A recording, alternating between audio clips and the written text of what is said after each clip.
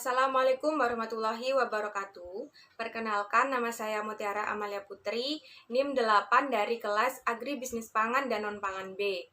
Jadi video ini saya buat untuk memenuhi ujian tengah semester dari dosen pengampu Ibu Nurul Arifianti.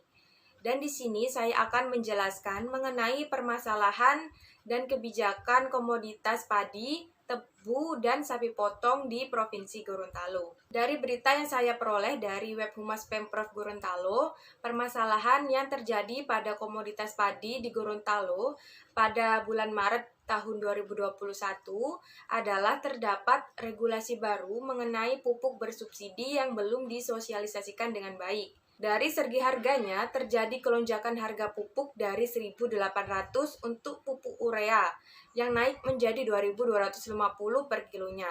Namun, jika dibandingkan dengan pupuk non-subsidi, masih lebih murah yang subsidi. Non-subsidi harganya sekitar 7.000 per kilogram di pasaran. Kemudian, kualitas beras di Gorontalo menurun sehingga masuk beras dari daerah luar, di antaranya dari Sulawesi Utara dan Sulawesi Tengah. Penurunan kualitas ini terlihat dari banyaknya beras yang patah-patah dan bulirnya yang tidak utuh.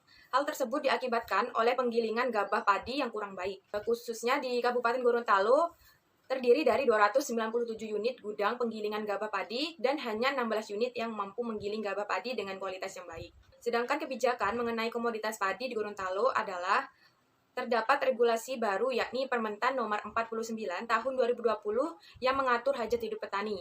Regulasi ini dikeluarkan pada akhir Desember dan telah berlaku sejak awal tahun 2021. Kebijakan baru Kementan RI diakui cukup meresahkan petani. Pemerintah provinsi dan kabupaten harus banyak turun ke lapang untuk memberikan sosialisasi dan edukasi kepada petani yang sebagian besar masih berpendidikan rendah.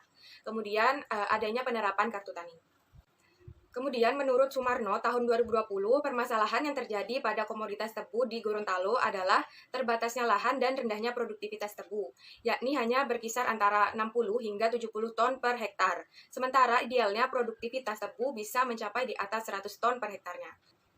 Dan kebijakan mengenai komoditas tebu di Gorontalo adalah pemerintah melalui Kementerian Pertanian terus berupaya untuk meningkatkan produksi tebu di seluruh sentra pengembangan tebu di Gorontalo, yakni melalui penerapan teknologi, optimalisasi pemanfaatan alat dan mesin pertanian, bantuan input produksi, perbaikan jaringan irigasi, dan sarana pendukung lainnya. Hanya itu, dari tahun 2009, pemerintah telah memberikan bantuan melalui program sistem integrasi tebu sapi, yakni dengan memberikan bantuan uang tunai untuk membeli sapi kepada kelompok yang telah dipilih.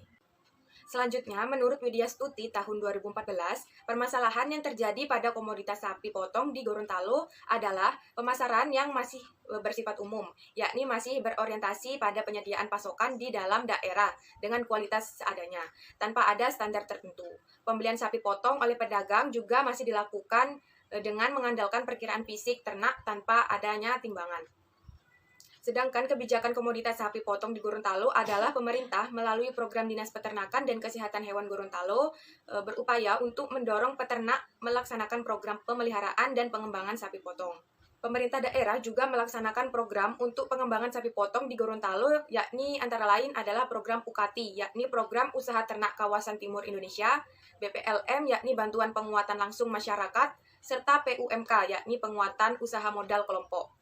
Demikian penjelasan yang dapat saya sampaikan. Kurang dan lebihnya saya mohon maaf. Terima kasih atas perhatiannya dan semoga bermanfaat. Wassalamualaikum warahmatullahi wabarakatuh.